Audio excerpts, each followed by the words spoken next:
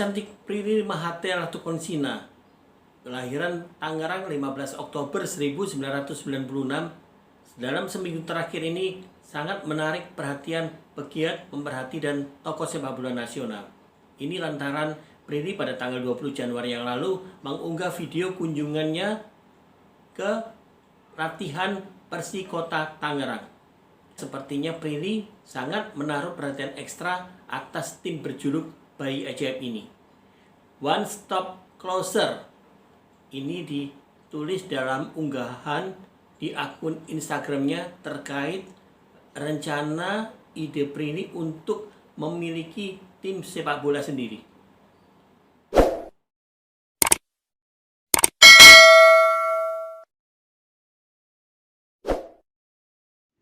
Jumat tanggal 20 Januari yang lalu, Prilly sengaja berkunjung ke tempat latihan Persikota.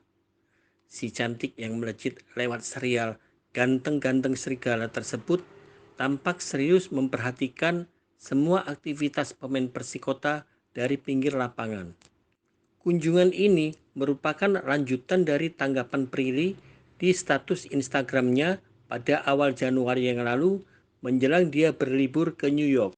Jika dilihat dari keseriusannya, Prilly yang kini menjabat sebagai Wakil Ketua Umum DPP Gerakan Ekonomi Kreatif Nasional sepertinya tak main-main untuk memiliki Persikota Tangerang. Mungkin Prilly kini sedang berdiskusi panjang dengan orang-orang yang selama ini banyak mendukung karirnya sebagai artis sekaligus sebagai wanita pengusaha. Yang pasti, rekam jejak Persikota Tangerang di kancah sepak bola nasional kemungkinan besar sudah dikantongi oleh Prilly. Bahwa si bayi ajaib Persikota yang dilahirkan pada tahun 1994 tersebut berada di Liga 3 dengan home base di Stadion Benteng Tangerang, Banten. Sebenarnya pada pertengahan tahun lalu, aktor Gading Marten disebut-sebut telah mengambil alih kepemilikan Persikota Tangerang. Namun, dalam perkembangannya, status kepemilikan itu tidak happy ending. Maka, begitu Prilly pertama kali mengutarakan keinginannya memiliki klub sepak bola, orang-orang yang selama ini punya pengaruh di Persikota Tangerang mencoba menjalin komunikasi dengan Prilly.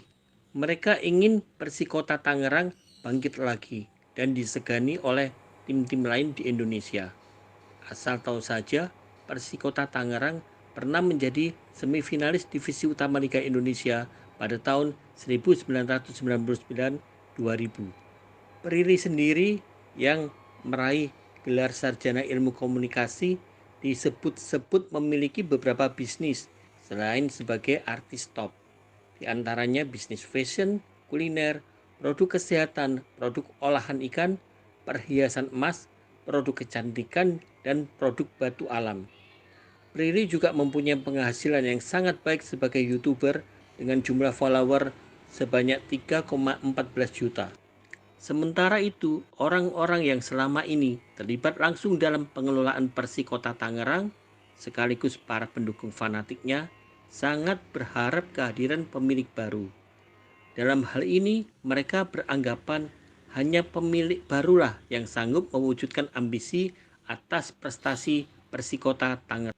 Mungkin bagi mereka, sosok Prilly bukan hanya sebagai penyandang dana operasional Persikota Tangerang. Namun lebih dari itu, mereka menilai Prilly mempunyai jaringan yang sangat luas dan ambisi besar di bisnis sepak bola nasional lewat Persikota Tangerang.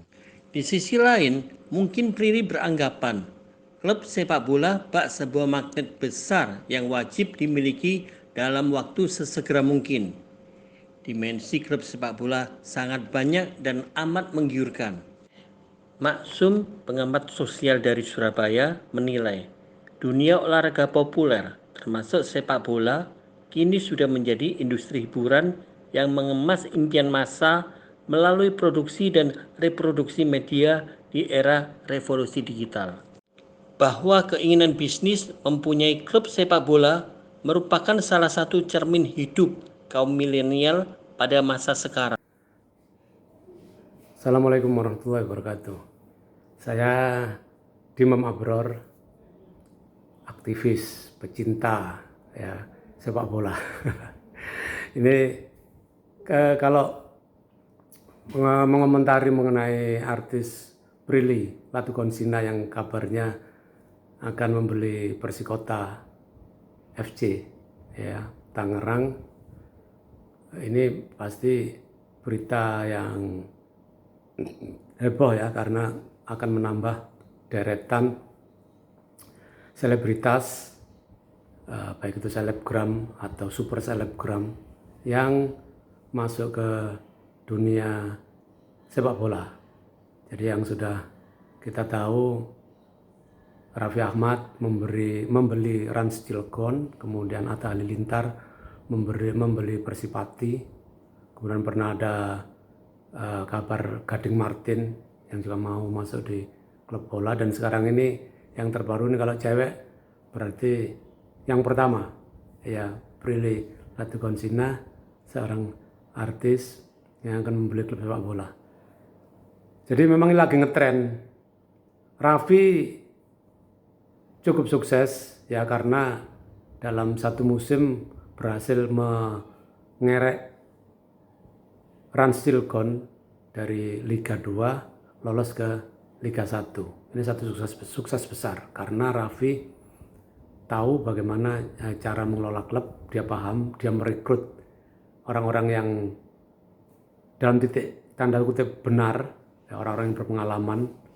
Ada Bambang Nurdiansyah di situ, kemudian ada Rahmat Darmawan, pemain-pemainnya yang diambil juga bagus, dan dia ngerti cara bermain di liga, kompetisi liga sepak bola Indonesia. Jadi kelihatan di situ. Jadi Raffi cukup sukses dengan cara itu.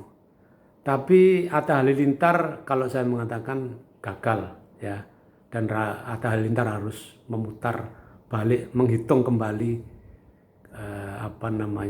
perhitungannya, konsepnya, apakah tetap akan terjun di sepak bola atau dia akan berpikir ulang. Nah, Raffi Ahmad ini sukses, berhasil, dan dia akan memberi warna baru dalam dunia kompetisi sepak bola di Indonesia karena cara-cara pengelolaannya yang beda ya, dengan penguasaannya dia terhadap ekonomi digital. Jadi kalau kata bahasa stand up komedinya kan, kalau klub lain itu membayar pemain atau membiayai timnya dengan kontan ya, tapi Raffi Ahmad ini mengelola, membayar timnya dengan konten.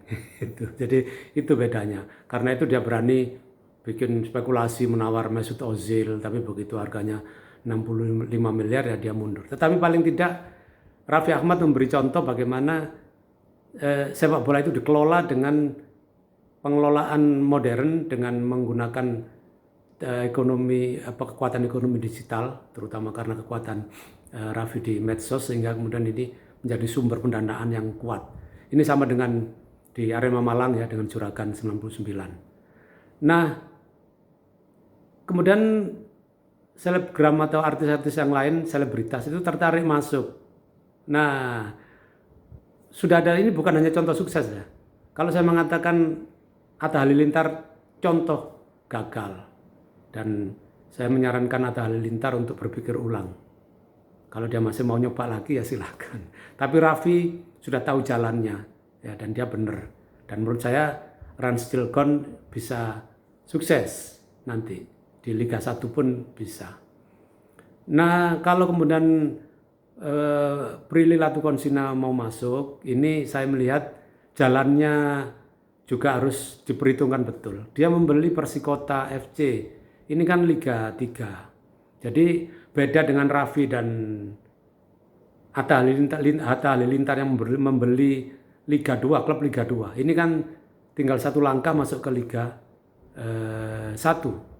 Dan kompetisinya relatif lebih singkat karena hanya 22 klub saja dan dipilih 3 teratas, sehingga akhirnya kemudian kansnya itu lebih besar. Tetapi kalau dari Liga 3 itu jumlahnya ratusan. Di Jawa Timur saja Liga 3 itu diikuti hampir 200 tim. Bayangkan kalau seluruh Indonesia. Jadi kalau kemudian seseorang membeli Liga 3 itu berarti jalannya sangat panjang. Jadi kompetisi Liga 3 itu berat sekali karena ratusan. Kalau Persikota ikut Banten atau Jawa Barat ya. Saya tidak tahu persis berapa jumlah klub Liga 3 yang mengikuti kompetisi, tapi Jawa Timur itu ratusan.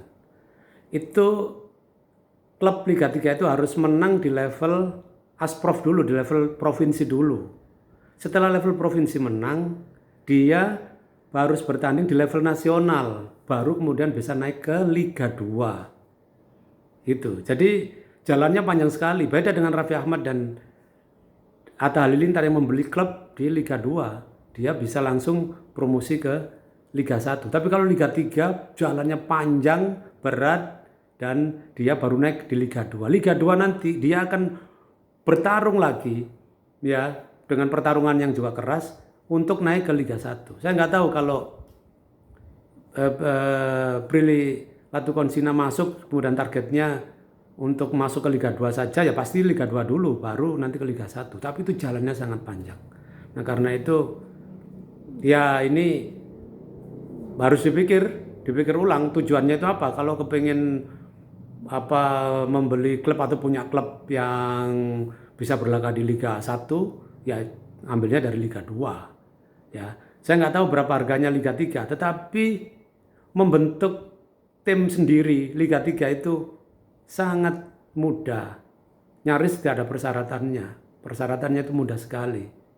Daripada kemudian misalnya membeli mahal, ya kenapa tidak membentuk sendiri. Saya tidak ingin mempengaruhi, saya tidak ingin mempengaruhi apakah jadi beli klub apa enggak, tetapi membentuk klub sendiri Liga 3 itu lebih mudah karena langsung bisa daftar ke Asprof ya, asosiasi provinsi. Jadi bisa di Jawa Timur, Banten, Jawa Barat, DKI, dan kemudian bisa mengikuti kompetisi Liga 3 gitu. Jadi bisa dengan cara itu membentuk klub sendiri yang dia bisa menjadi presiden klub sendiri, direktur utama, dia bisa memilih orang-orangnya sendiri, memilih pemainnya sendiri, pelatihnya sendiri, dan bisa klub itu betul-betul dia in control, dan klub itu under kontrolnya dia bisa menentukan sendiri.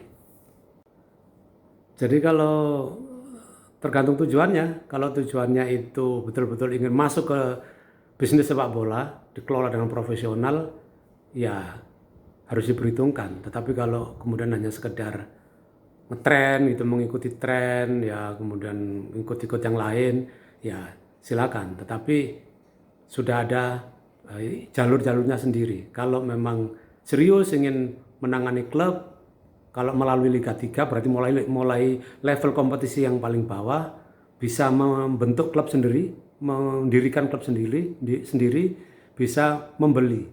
Saya tidak tahu harganya klub Liga 3, tapi kalau klub Liga 2 saya kurang lebih paham ya berapa harganya, harga belinya. Tetapi kalau klub Liga 3 saya tidak tahu, dan tadi itu biayanya tentu saja kalau dihitung mengikuti kompetisi Liga 3 untuk naik ke Liga 2 saja, bagi saya lebih ekonomis, lebih praktis membeli klub Liga 2 dan bahkan lebih murah dan waktunya lebih pendek. Gitu. Jadi ini sekedar bisa menjadi pertimbangan. Tetapi kalau kemudian misalnya, wah ini kan sudah punya basis massa, tidak juga. Sekarang buktinya Raffi Ahmad itu basis supporternya, fanbase-nya namanya itu kan tidak hanya nanti di Cilegon, tetapi juga dia punya fanbase di digital ya, di dunia maya, yang itu juga menjadi satu aset yang luar biasa. Jadi sekali lagi Raffi akan memberi warna dalam pengelolaan sepak bola modern di Indonesia, kompetisi Liga 1, dan artis-artis yang lain yang kalau mau ikut-ikutan saja, mau sekedar ikut model ya silakan dihitung. Tetapi kalau serius ya ingin masuk ke sepak bola harus ngerti. Saya nggak tahu Prilly Latukonsina mengerti apa, tetapi ini sekedar masukan dan pasti keputusan ada di dia yang punya uang.